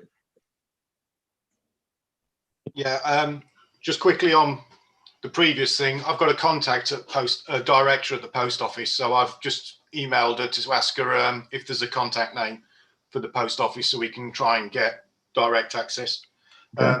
In terms of Pat himself, I've got his daughter's contact details somewhere, so I'm more than happy to ping her an email and see if she's heard from him lately. Okay, I was going to half suggest, half ask, and I do feel we need to contact somebody, and if that's a family member, then fine. I think his daughter's about the only person he's speaking to. He's certainly not talking to his accountant anymore, because she's been asking me if I've heard from him. Right. But I feel that I and we need to be able to say to residents, rather than, don't know, but that we are also individually concerned. It doesn't smell right, and we have alerted either this body or this member of his family. If we have not done that, we're in a grey area, but I would feel quite remiss if we hadn't done that. John? I think we've got a safeguarding concern and a safeguarding responsibility here for a member of our community that hasn't been seen. should be carrying out an important function, and it just seems to be, well, it is drifting. It's not even drifting, it's gone into nowhere. So I wonder whether we should contact, I mean, I'm not suggesting that there's a lot of action that other people that they can take, but I think we should signal our concerns either to the police or to social care, multi-agency safeguarding hub or whatever, somewhere, because something really isn't right. I think there's an escalating list there, John. This is just my own view. I would personally prefer to start with a member of the family and see if we get somewhere. Okay. The point is not to make it somebody else's problem, although unfortunately this is a parish council. We're not the other type of councillor. But I agree in part with what you're saying. Is I think we do have some form of duty to at least make sure somebody knows about it, who is empowered and does have that responsibility. We do not. I'm going to suggest that, again, I'm happy to craft it. It'll be a very warm, polite note to his daughter if Mark can locate those contact details. That's my proposal. But if that comes up with a nothing or no answer, or Mark can't locate them, the next stop is potentially social care of some sort at KBC. And it's not about being officious. It's about doing the right thing to let people know. If we're all agreed, and I'm aware half of you haven't spoken on this, but it shows every sign to me of somebody who might well have some significant mental illness at the moment and needs the kind of support that he's just not getting. And I don't know what's going to happen, and I worry. If nothing's done, it will only get worse, in my view. Okay.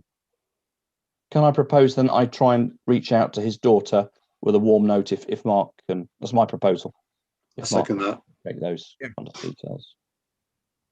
All those in favour? Okay, thank you. Right, environment then. So we've just got 2 or 3 items left on this. So recreation ground play equipment, teenage shelter repairs needed. I think that's got your name, Mark, sorry. Yeah, when the graffiti was removed, we tried using the water-based stuff, Mark Byers and myself. That got most of it off. The stuff the KBC guys used was a lot more corrosive. So it's stripped all the paint off, so you can still see the words. There's just no paint there anymore. So it could do with being, I mean, it looks like it's aluminium, so it's all right at the moment, but it just looks unsightly. It probably will need someone to repaint it or powder coat it or whatever it was before, but certainly not with one of us guys with a tin of paint. Yeah. You're saying definitely not one of us, Mark, is that what you're saying? No, sorry, yeah, it's, I think it'd look 10 times worse if one of us just turned up with a tin of green paint and tried painting it. It needs to be done professionally. If we were to do it professionally, would it be better or suitable to do it entirely in black? Or I suppose these idiots could come along with a white spray paint, couldn't they, really?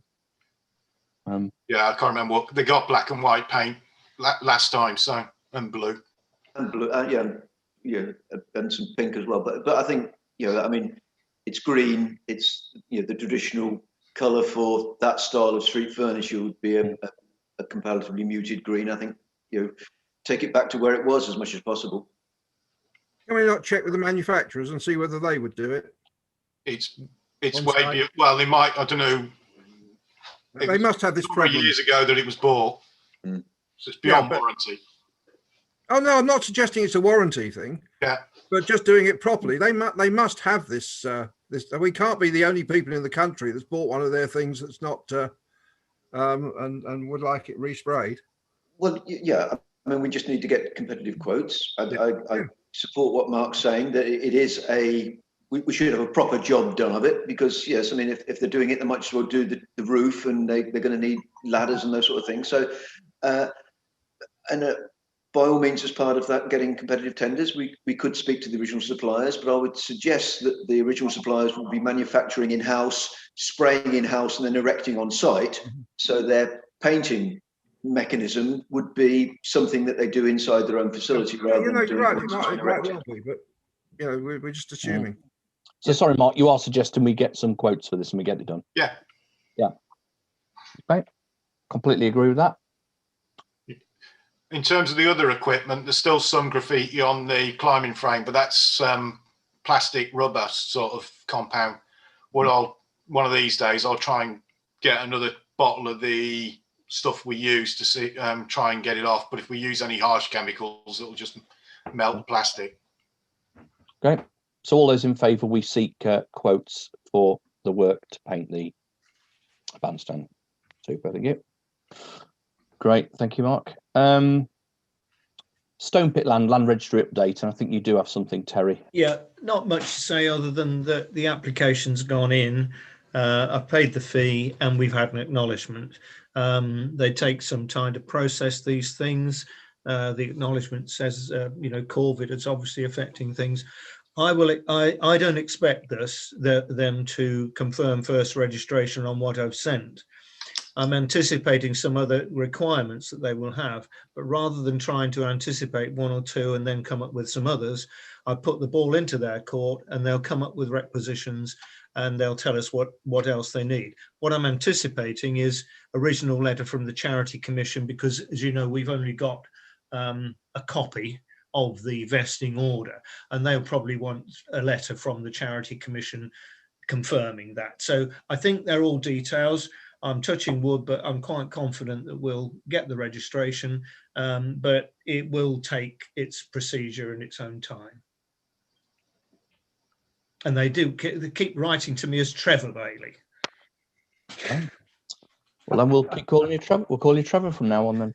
Everybody seems to. I had a manager when I used to work at Wicksteeds doing silver service. She insisted on calling me Trevor. Because you're always stuck in the crease and not moving. Oh, thank you very much. And my son was a professional cricketer as well. I think I'm too young to understand that joke. Well, there you are. Can I just want to add, thank you very much for the fire brigade to helping out Pete on the flooding. He really appreciated it. So thank you. No, that's great. Glad we could help. Okay.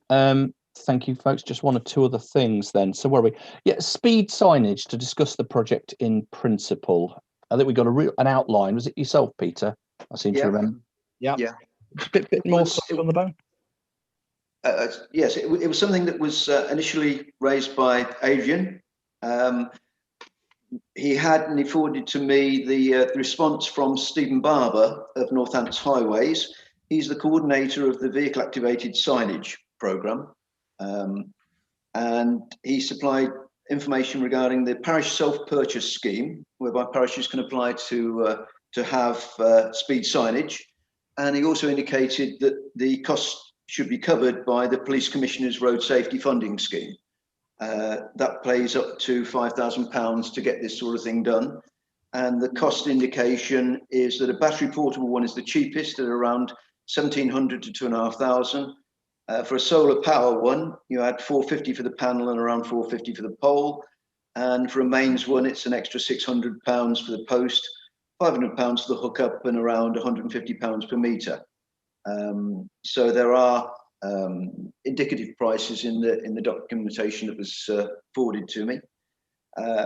Again, the recommendation, if we were to go for the Police Commissioner's road safety funding, would be what's termed an SID device. As I say, there are two forms. There's a vehicle activated signage, which is something that essentially says you're going too fast. And there's the speed indicator one that actually tells you what the speed is and that you're going too fast. And the police tend to be keener to see the one that gives the fuller feedback, and that's why they prefer to see that. And they grants up to £5,000 for installation. So I asked for it to be put on the minutes because the information was forwarded to me, and it was a question of whether we, in principle, wanted to take it any further forward and get a little bit more detailed information about what the implication would be for Geddington. It is something that personally I would support because I believe that, well, there's nothing will actually stop everybody that speeds. The more steps that we can take by way of interactive signage like this, the better it is. I believe that the signage in Weakley, certainly I notice it. And if I've got the red man, not that it ever happens, of course, but were I to have a little red man staring at me saying I was going too fast, I would obviously slow my speed down. And I'm sure that applies to all of us. But as I say, I think that there is some mileage from it. I'm not looking for any form of, we're not talking about making a commitment here. It's just a question of whether we would like me, what's not just me, we as a council would like to pursue it any further. Yeah, I'll come to you in a second, John. I was just going to say, it sounds very interesting, Peter, but my ears pricked up in your first sentence about sounds like somebody else might pay for it. John. Yeah, I think we should pursue it, and I think we should pursue the second one, the one that tells you how fast you're going. Because I remember Jim Harker saying that he thought that with the other type, sometimes like boy races or girl races, sometimes see if they can get it to flash, whereas the other one shows shows the speed that you're going at. I think we ought to be doing that because the speeding on new roads is not good. Thanks, Claire. Yeah, I would agree, and I would also suggest that the solar powered one will be much better. Then we don't have to be concerned with electricity bills or anything like problems with that. That's a pretty good idea, actually. Yeah. Okay. Sorry, so Peter, just joking aside, did I hear you say that there might be, must be, should be some funding for this to a certain level, or what was that? As I say, it's the information with respect, all of the information that I've just been recounting has been what was supplied by Stephen Barber of Northants Highways. He was the one who was talking about the different sorts that are available and the funding scheme. And as I say, it's there is funding available from the Police Commissioner's Road Safety Funding, and they like to recommend this GETS SID device. It is a bit in depth, but generally applicants get their funding up to £5,000. He stated he was happy to meet up on site to discuss if he wished. So we do have a contact point who's on the vehicle activated signage program, yes, and has a direct link into the funding program, which is the police commissioner. So we do have somebody to speak to, and yes, there is funding available. I mean, if I'm not going to speak to him, if he says, well, actually all the funding's dried up and it's no longer available, it maybe we as a council take a different view on the desirability of it. But at the moment, it appears.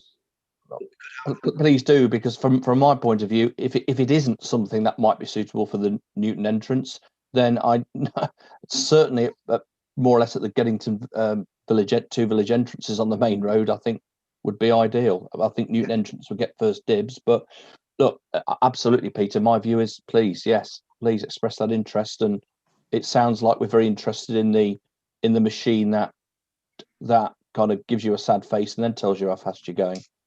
Mm-hmm. Yeah. Does everybody agree?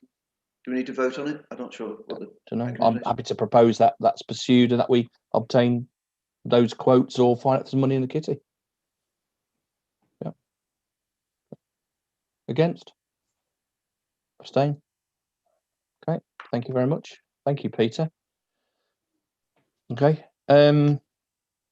Last item, Labo Sport Risk Assessment Report, feedback from meeting with Cricket Club and approval of further action. I think we had a good constructive meeting the other day, didn't we? Yeah, I'll give a very brief feedback if I may, that there was Nick, David, John and myself that virtually attended from the point of view of the parish council, which was what was agreed at the minuted in the last meeting. There were 3 members of the cricket club, including the chairman. They gave us, I did start by summarising the status of this meeting, clearly defining the fact that it would not be a decision-making meeting. It was to take information back to council, which is what I'm now doing.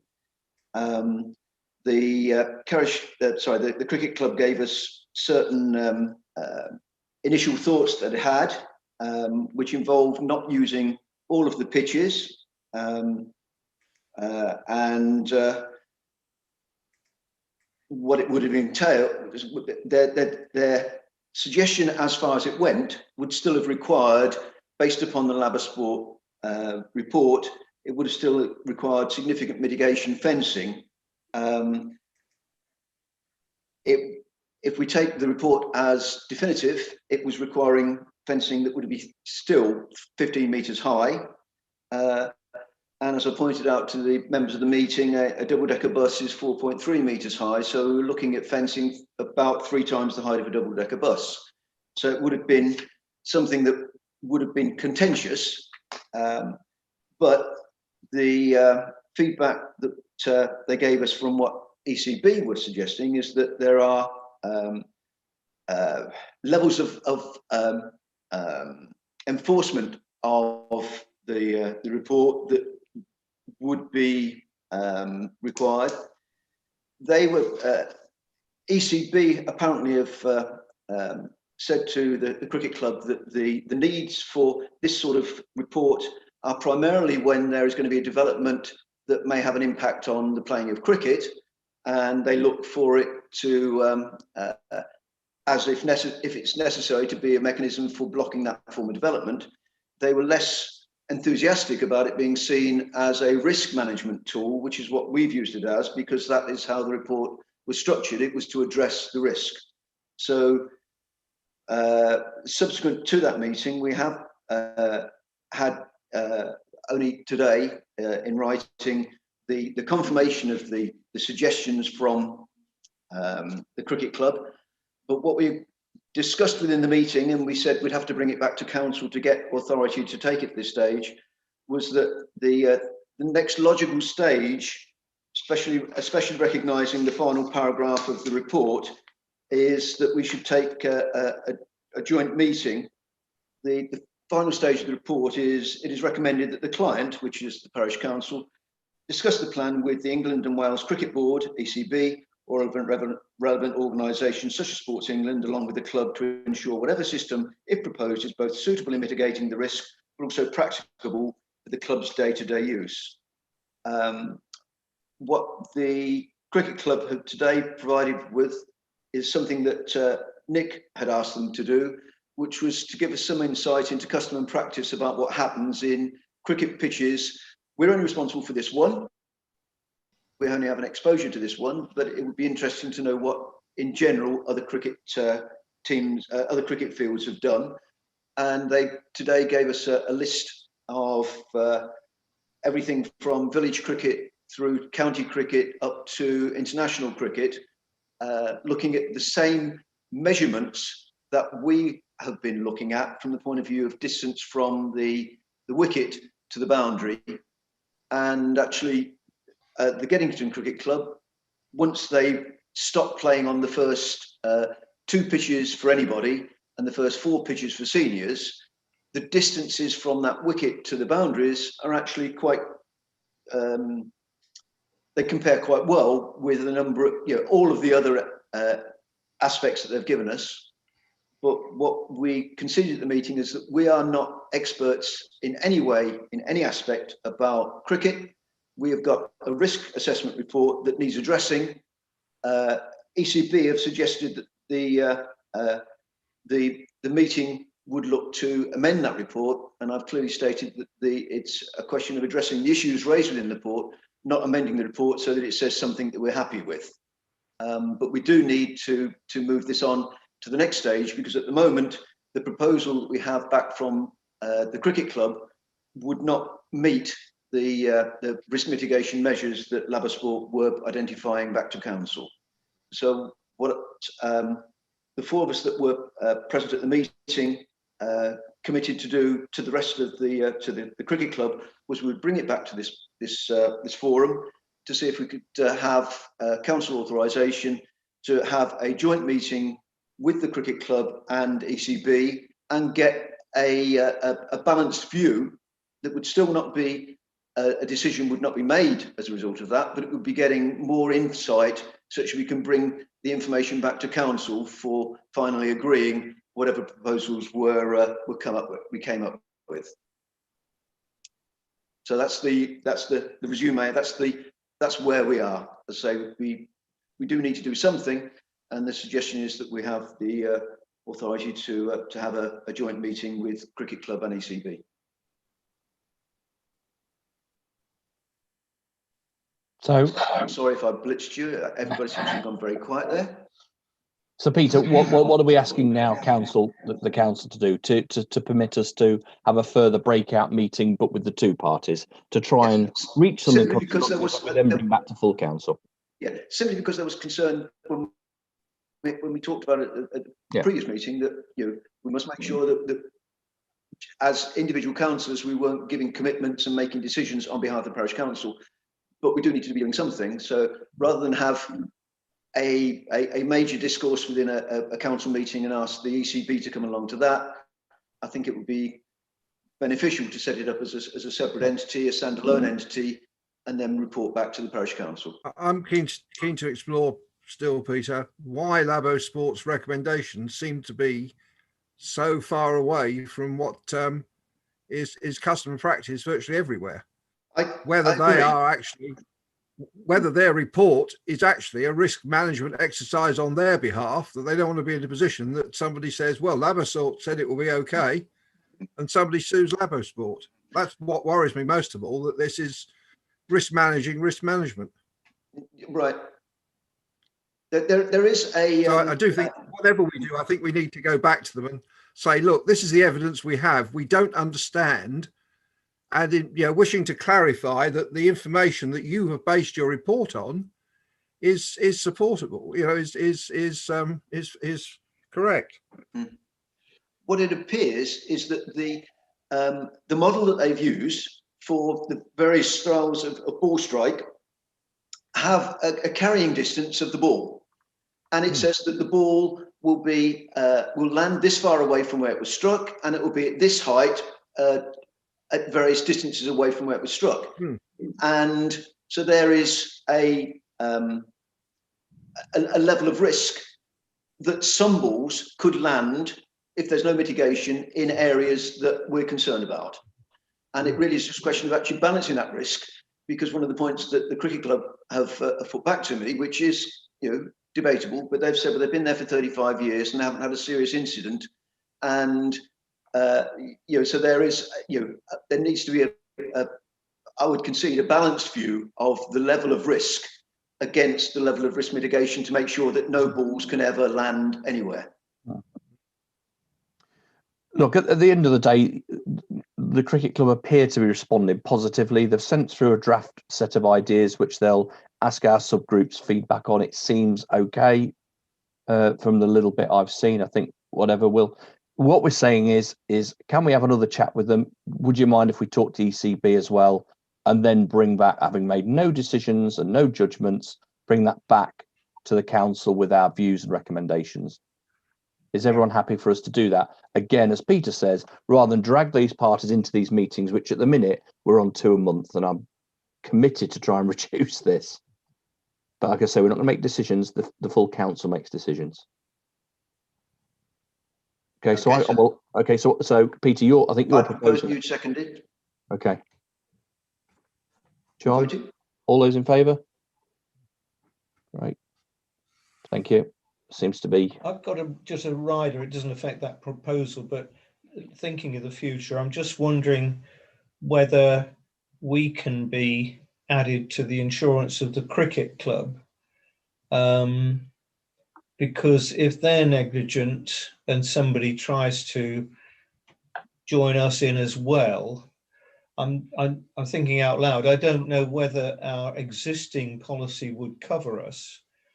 And if it didn't, then we need to think carefully about that, obviously. And an alternative might be to say to the cricket club's insurers, will you cover us as well? Because the premium might not be very much larger. And it also give us the advantage if we were named on the policy that when it came up for renewal, we would be notified. So we wouldn't have the worry of the cricket club forgetting to pay the renew the premium. Yeah, I think that would be part of when we feed back the one of a better phrase, the net result of everybody's input, and we bring it back to council, and it's a question of, well, okay, this is what's seen as realistic, and but there is still this level of risk, because let's be realistic, cricket balls, you know, anything can happen. Somebody can take a lucky shot and it could go for twice the model distance. But if the cricket club went into liquidation for whatever reason, then we might be. No, I agree. We do need. I will not be satisfied if we don't have a resolution that we can stand behind and we say that we've assessed the level of risk and we're now happy that the level of risk is satisfactory, for want of a better phrase, and that we are covered by our insurance, because obviously our insurance requires us to demonstrate that we've taken reasonable measures. I believe what we're doing here is taking reasonable measures, but we do need to document it at the end and say, well, okay, having taken those reasonable measures, this is our decision, which we consider under the prevailing circumstances. So Terry, are you suggesting that we ask the cricket club that their future policies indemnify the parish council? Well, that's or activities that they manage on that recreation field, which might not just be cricket, it might be an open day with bouncy castles. Yes, well, I'm just flagging it up. I mean, it's jumping the gun, but it's something that I wouldn't like us to forget. If everything goes as we hope it will after the next meeting and so on, that's something that we need to put in as a rider at that point. But I'm mentioning it now, so it's flagged up. Yeah, okay, I think I haven't. We have seen their public liability. Obviously, we're aware of our public liability. I haven't been bringing too much weight or too much relevance to the insurance, because I don't want anybody seeing the fact of, well, if there's anybody gets hurt, we're covered by insurance. You're covered by insurance when you're driving your car, but you still stick to the speed limits. Yeah, sorry, Peter. I'm not trying to raise an objection at this point, but it's something. It's all part of the measures that you described, basically. Thank you. Okay. Right. I think we're in danger of saying that's it. Hopefully for the evening. John, can I just ask one other question of Mark? Sorry, David. John got in ahead of you. Yeah, I've got two things. One is, have we responded to John Goodall's letter? If we haven't, I'm not suggesting that we discuss it now, but I think it's. I'm not aware that we had, or his email. No, we haven't. No, we haven't. So then, can we ensure that we do? Not for discussion now.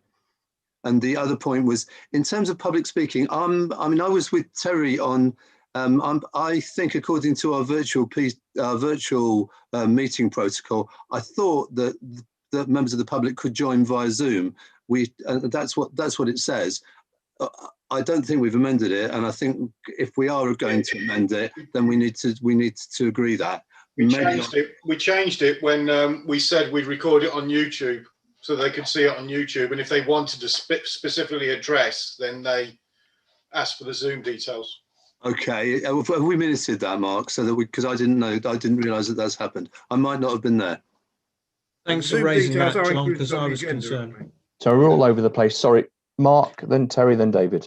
Well, I believe it was minuted. We discussed it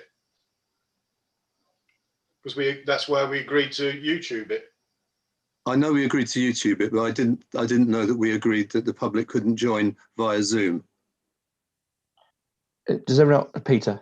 What's your it's something of a moot point anyway, because the people that have joined the meeting since we've been having these have joined it because they wanted to say something. I don't think we've had many members of the public that have logged on via Zoom and not had some point that they wanted to make within the meeting. I think that's, I mean, we've perhaps suffered as a result of it.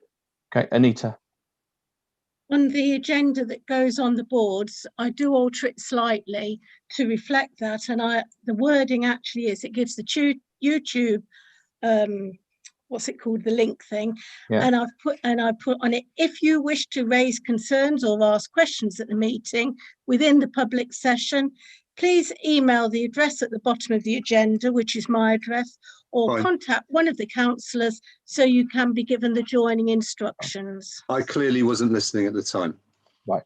So no, that's fine. So look, but the point is, it looks like we all violently agree, and all of those residents tonight wanted to speak. So that's absolutely fine. But I think we're all now perfectly clear, and that is the right way of doing it, because if we allow 50 odd people that just want to know what's going on into the meeting, I'm not saying it's disruptive. That's not it. But then for myself, that's extremely difficult to marshal and remember who's spoken, who's just listening. That's absolutely the right thing we should do. So, and if we're doing it, that's fine. And obviously it's not affected residents tonight. So it's good. Right. I can't remember where we got to. Sorry, Anita. Can I just go back to John Goodall's letter? Yes, you can.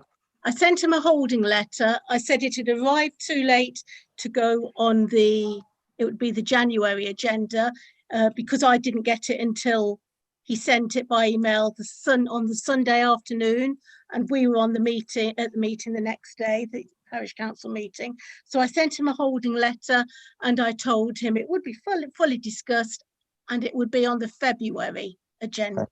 So he has had a letter explaining that. Okay, good, and we should do that. We should give that full discussion. Thank you, Anita. Right, if you finish, John, I'll move to David. Sorry. Thank you, Chairman. It's really just a question of Mark. Have you any idea when this planning application for the caravan park is going to be heard? I'm really quite concerned about the chaos that appears to be surrounding all this documentation and consultation. No, the short answer is no. I can ask. I've got a chair's brief on Monday. If I remember, I'll ask. I just got something in my mind that they had to make a decision by the 29th of January, but that was the target date that's on the site. Yeah, that's the target date, but with big development or developments like this, it usually gets extended. Yeah, or if it's my house, by 7 months. No, I'm just concerned that it seems chaos on the documentation. I just don't understand that. Thanks for that, Mark. But yeah, look, I'm sure you'll take that forward. So thanks. Thank you. It will go to committee if they're planning to approve it, because there's an objection in. So and something I just on that point and directly addressing it to Mark, the KBC site does say that we would be, that if you objected to the planning application, you would be notified and given the opportunity of being present and virtually present and speaking at the meeting. Does Anita, since the parish council objected, will Anita be notified that it comes before the planning committee? Should be. Mm-hmm. I always send them to Claire, but I always get notified. Right. Well, I would just point out then, I think if we are relevant to this one, at least, if we are notified that it, Mark will be our first line of defence here. He's going to flag it to us all. But if for some reason you do get notified of it, then I think it's fairly obvious that there would be a desire from certainly David's side and perhaps others to be made aware of when the meeting's taking place, because I think he'd have something to say. Yeah, there's 2 or 3 applications I'm keeping an eye on that I was going to let Nick know are coming up. Okay. Any more, folks? No, folks. Thank you very much again for your attention. It's an extraordinary meeting, 2 hours long. So thank you very much, John. Sorry, you. No, I was just saying goodbye. Oh right. Yeah. Don't worry, it'll come. Right. 2 seconds. I'll second that. Everybody, thank you very much. Thank you. Thanks very much, Bye. Nick.